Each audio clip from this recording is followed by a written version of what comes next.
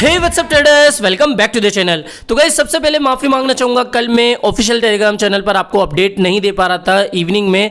Reason छोटा सा है, कल घर पे छोटा सा एक इवेंट था। ठीक है, राजस्थानी को पता है कल क्या इवेंट था, कमेंट करके बता देना।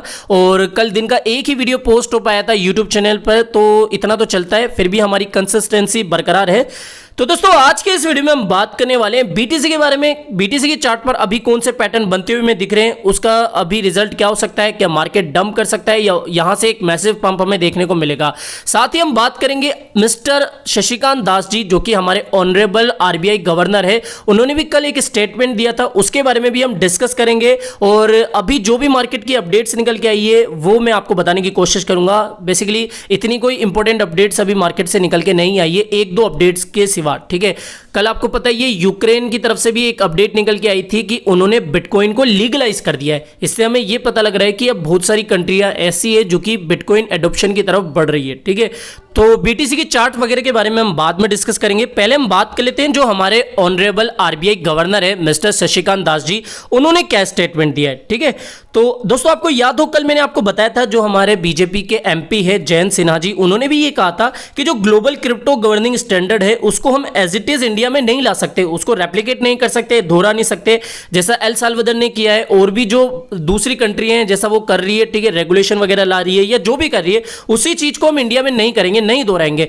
अब वो ऑब्वियसली बात है, लीगल टेंडर तो बनने वाला नहीं है। इससे 4-5 दिन पहले भी मैंने आपको एक अपडेट दी थी, आपको पता हो, जो हमारी फाइनेंस मिनिस्टर है निर्मला सीतारमण जी, उन्होंने भी इसके बारे में कहा था कि जल्द ही हम बिल वगैरह लाने के प्लान कर रहे हैं। ठीक है, तो अभी जो हमारे ऑनरेबल आरबीआई गवर्नर है शशिकांत दास जी, उन्होंने कहा है, जैसा आप देख सकते हो, RBI governor Shashikant Das express serious concern of financial stability of crypto currency. पहले हम इसकी थोड़ी सी समरी देख लेते हैं रिपोर्ट्स की, फिर हम मेन हमारी समरी के ऊपर बात करेंगे। Das latest comment are significant as the government is in the advance stage of finalising a national regulation on private crypto currency on August 16th. Finance Minister Nirmala Sitharaman had said that the Union Cabinet was soon expected to take up a bill to regulate cryptocurrency and its growing market in India.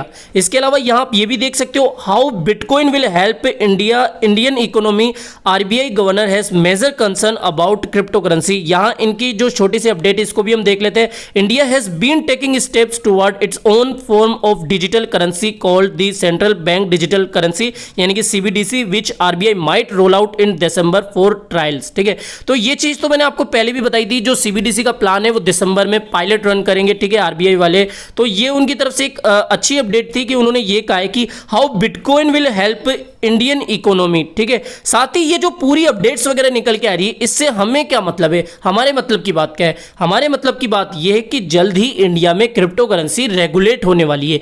या तो वो tax वगैरह लगाएंगे, या तो वो जो भी क्रिप्टो ट्रेडर्स है उनके ऊपर स्ट्रिक्ट रूल्स वगैरह लाएंगे, या फिर कुछ छोटे मोटे रूल्स आएंगे। तो अभी ये जो रूल्स एंड रेगुलेशन टैक्स वगैरह है, इसके ऊपर कोई क्लियर अपडेट नहीं आई है। लेकिन एक चीज तो अब साफ हो गई है कि बैन वैन का तो दिमाग से निकाल देना ख्याल। ठीक है, जो कि मैं आपको पहले से कहता हूं, इंडिया में बैन वैन नहीं हो सकता है बिटकॉइन वगैरह, तो आप लॉन्ग टर्म के हिसाब से भी सोच सकते हो। ठीक है, कुछ लोग मेरे से कमेंट करके पूछते रहते हैं कि भैया हम 5 साल होल्ड कर सकते हैं क्या, 10 साल होल्ड कर सकते हो क्या। तो ये जो अपडेट्स है वो आपके सामने है। ठीक है, और छोटी मोटी वेबसाइट नहीं है, इकोनॉमिक्स टाइम वगैरह है, ठीक है, इंडियन एक्सप्रेस है, फाइनेंशियल टाइम्स है, और जो कल इवेंट ऑर्गेनाइज किया गया था जिसमें हमारे आरबीआई गवर्नर आए थे, वो इंडियन एक्सप्रेस और फाइनेंशियल टाइम्स ने ऑर्गेनाइज किया था। तो ये छोटे मोटे मीडिया हाउस तो है नहीं। ठीक है, तो इनकी तरफ से जो इवेंट ऑर्गेनाइज किया गया था, तो उसमें हमारे जो आरबीआई गवर्नर है वो आए थे और उन्होंने ये स्टेटमेंट दिया था। ठीक है, तो इससे हमें ये समझ में आ रहा है कि हमारी जो गवर्नमेंट है वो बिटकॉइन या फिर क्रिप्टो करेंसी के प्रति पॉजिटिव है, और जल्द ही हमारा क्रिप्टो करेंसी बिल भी आने वाला है। अब हम बात कर लेते हैं बीटीसी के चार्ट के बारे में। जैसा आप देख सकते हो, ये चार्ट्स वगैरह जो हैं वो मैं आपको सुबह ही शेयर कर देता हूं मेरे ऑफिशियल टेलीग्राम चैनल पर।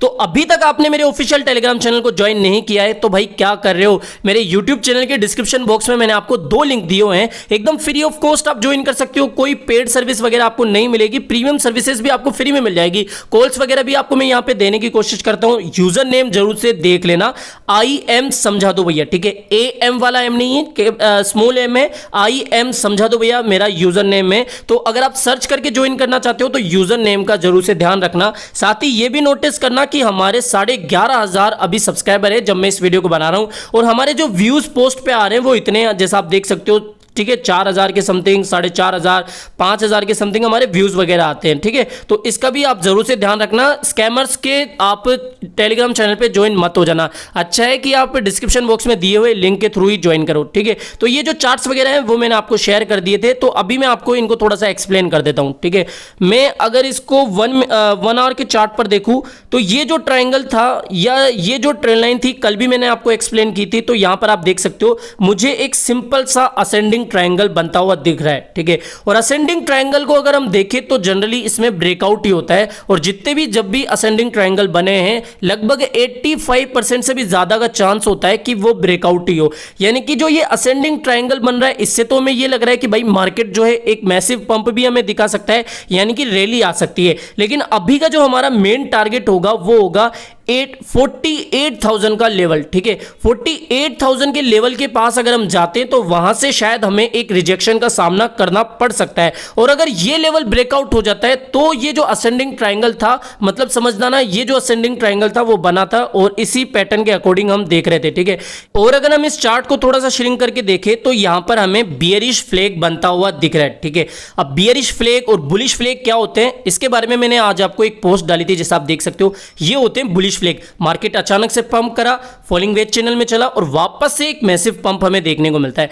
वहीं बियरिश फ्लैग में क्या होता है, मार्केट अचानक से गिरा, ठीक है, डंप आया, डंप आने के बाद असेंडिंग ट्रायंगल जैसा कुछ पैटर्न फॉर्म हुआ और वहां से वापस से प्राइस में एक डंप हमें देखने को मिलता है, जो कि मैंने सर्कल करके आपको बताया हुआ है। तो ये पैटर्न भी यहां पर हमें बनता हुआ दिख रहा है। ठीक है, तो देखो कल भी मैंने आपको बताया था, परसों भी मैंने आपको ये कहा था कि भाई हमें एक रिजर्व फंड बना के रखना है अगर मार्केट बाय चांस गिर भी जाता है। ठीक है, क्योंकि 100% तो कुछ यहां श्योर नहीं होता। अगर ऐसा होता तो मैंने आपको पहले भी कहा था कि भाई मैं बैंक से लोन लेके 20-50 करोड़ रुपए इसमें डाल दूं जिससे कि 100-200 करोड़ रुपए बन जाए, तो श्योर कुछ भी नहीं होता। हम एक प्रेडिक्शन लगाते हैं टीए के अकॉर्डिंग कि भाई ऐसा होने की पॉसिबिलिटी है, बिकॉज ऐसा पहले भी हुआ था। ठीक है, तो इस तरीके से हम मार्केट को देखते हैं, तो श्योर कुछ भी नहीं होता। अगर प्रेडिक्शन गलत हो भी जाए किसी के भी, तो कोई ऐसी नहीं है कि भाई वो बंदा ही गलत है। ठीक है, तो टीए के अकॉर्डिंग चीजें इसी तरीके से होती है, वही चीजें मैं आपको एक्सप्लेन करने की कोशिश करता हूं।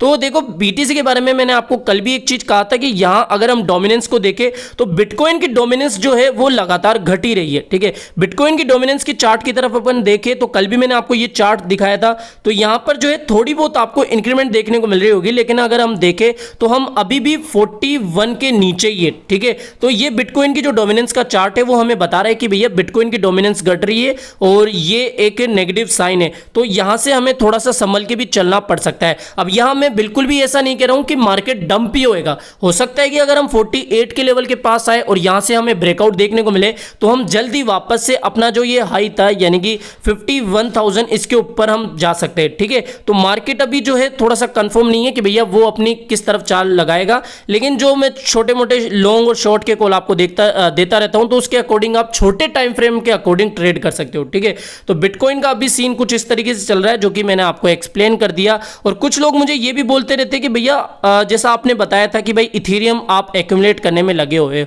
ठीक है, तो देखो सोलाना जो है एक अच्छा खासा हमें पंप दिखा रहा है, अभी भी आप देख सकते हो। अगर हम कोइन मार्केट कैप के अकॉर्डिंग देखें तो मार्केट जो है लगभग बिटकॉइन की बात करें तो 1-1.5% के समथिंग हमें इंक्रीमेंट दिखा रहा है। इथेरियम जो है लगभग 1.5% के समथिंग अभी गिरा हुआ हमें दिख रहा है। कार्डानो जो है लगभग 2% के समथिंग अभी उठा हुआ दिख रहा है। मैं कल भी मैंने आपको कहा था कि लॉन्ग कर सकते हो अगर आपकी इच्छा हो। वहीं बीएनबी के बारे में भी मैंने आपको बताया था, लेकिन कुछ लोग पूछ रहे हैं सोलाना के बारे में। देखो सोलाना के बारे में जब प्लान था, बाय द डिप प्लान था, उसमें मैंने आपको सोलाना को बाय करने के लिए बोल दिया था। ठीक है, लॉन्ग टर्म के हिसाब से काफी अच्छा प्रोजेक्ट है, नो डाउट। ट्रांजैक्शन पर सेकंड के हिसाब से इथेरियम से कई गुना आगे। इथेरियम वर्सेस सोलाना जब भी मुझे लोग पूछते हैं तो मैं थोड़ा इथेरियम को ही प्रेफर करता हूँ। इथेरियम एक्यूमुलेट करने में लगा हूँ, इसका रीज़न भी शायद मैंने आपको बताया हुआ है। तो मेरे अकॉर्डिंग तो फिलहाल इथेरियम आगे, ठीक है, यूज़ केस के मामले में भी और वैसे भी। ठीक है, और कई लोग पूछते हैं कि भैया सोलाना के साथ अभी क्या हो सकता है, सोलाना जो पागल हो गया, जैसा आप कह रहे थे कि सोलाना पागल हो गया। पागल होने से मेरा मतलब है कि मार्केट, देखो मार्केट किस तरीके से अभी चल रहा है, मार्केट हमें बियरिश ही लग रहा है, लेकिन सोलाना जो है 30% 35% की इतनी खतरनाक हमें पंप दिखा रहा है। और मैंने आपको यह भी कहा था, अगर आपको याद हो, रेगुलर आप वीडियोस को देखते हो, सही से सुनते हो, कि भाई थोड़ा बहुत करेक्शन आने दो, वहां पे बाइंग आप कर सकते हो। ठीक है, तो सोलाना जो है मुझे ऐसा लगता है कि अभी थोड़ा बहुत प्रॉफिट भी आपको बुक करना चाहिए। ऐसा नहीं कि आप पूरा ही होल्ड करके रखो, बिकॉज सोलाना के साथ एक थोड़ी प्रॉब्लम ये है कि सोलाना के जो फाउंडर्स वगैरह हैं या जो भी बड़े इन्वेस्टर्स है, वीसीज वगैरह है, वेंचर कैपिटलिस्ट फर्म वगैरह है, उनका भी इसमें बहुत ज्यादा इन्वेस्टमेंट है, तो वही इसको मैनिपुलेट कर रहे हैं। इसी की वजह से शायद इसमें इतना खतरनाक पंप हमें देखने को मिल रहा है, और यही एक रीजन नहीं है कि मैनिपुलेशन ही है। और अगर हम देखें मार्केट से जो न्यूज वगैरह आ रही है, जैसा आप देख सकते हो, DeFi land raises 4.1 million to launch a decentralized finance game on Solana. तो सोलाना जो है गेम सीरीज के ऊपर भी प्लान कर रहा है, जिसकी वजह से इसकी प्राइस जो है डेफिनेटली खतरनाक तरीके से पंप हो सकती है। यहां पर आप ये देख सकते हो, DeFi land has rise 4.1 million in funding from leading industry investors including Alameda, ये कौन सा है मुझे नहीं पता, Alameda, Solana foundation and jump capital. तो ये जो इतने बड़े बड़े वीसीज जो हैं, इसमें पैसा क्यों लगा रहे हैं? ठीक है, पैसा इसलिए लगा रहे हैं भाई, उनको लगता है कि सोलाना का पोटेंशियल है, सोलाना आगे जो है इथीरियम किलर बन सकता है। इथीरियम किलर के मामले में अभी जो आगे है वो आपको पता है, डॉट है, इसके अलावा कार्डानो है, सोलाना का भी अब डेफिनेटली इसमें नंबर आ गया है। तो सोलाना जो है फंडामेंटली तो काफी स्ट्रॉन्ग है, लेकिन मैनिपुलेशन भी इधर चल रही है, तो थोड़ा सा प्रॉफिट बुक करना भी आपको जरूरी है, बिकॉज इतना खतरनाक तरीके से ये जो पंप आपको दिखा रहा है, कभी भी कुछ भी हो सकता है। समझ रहे हो ना मैं जो कह रहा हूं? तो थोड़ा बहुत प्रॉफिट बुक करना भी जरूरी है। हालांकि अगर आप लॉन्ग टर्म के हिसाब से बाय करे हो, 1-2 साल के हिसाब से, तो डेफिनेटली $500 तक नो डाउट ये जा सकता है। ठीक है, 500-1000 इसके पास पहुंच सकता है, कोई हैरानी वाली बात नहीं होगी। ठीक है, 1000 तो थोड़ा मुश्किल हो जाएगा, लेकिन हाँ 500-600 के ऊपर ये जा सकता है, इतना तो पोटेंशियल है। तो फिलहाल इस वीडियो में इतना ही। मैंने जो आपको आज बताया भाई, BTC के बारे में अपडेट्स जो थी, इथेरियम के बारे में, सोलाना के बारे में जो मेरी ओपिनियन है वो मैंने आपके साथ शेयर करी कि ज़्यादा ग्रीडी नहीं बनना है। लॉन्ग टर्म के हिसाब से तो होल्ड कर सकते हो, लेकिन शॉर्ट टर्म के हिसाब से आए हो तो रैली में रेला ना बन जाए आपका, इसलिए थोड़ा बहुत प्रॉफिट बुक करना भी जरूरी है। फिलहाल इस वीडियो में इतना ही। वीडियो पसंद आया हो तो डेफिनेटली वीडियो को लाइक करना, चैनल आप ही के काम करते, चैनल को भी सब्सक्राइब करके रख लेना है। मिलते हैं जल्दी नई अपडेट के साथ। टिल देन बाय बाय, जय हिंद, जय भारत।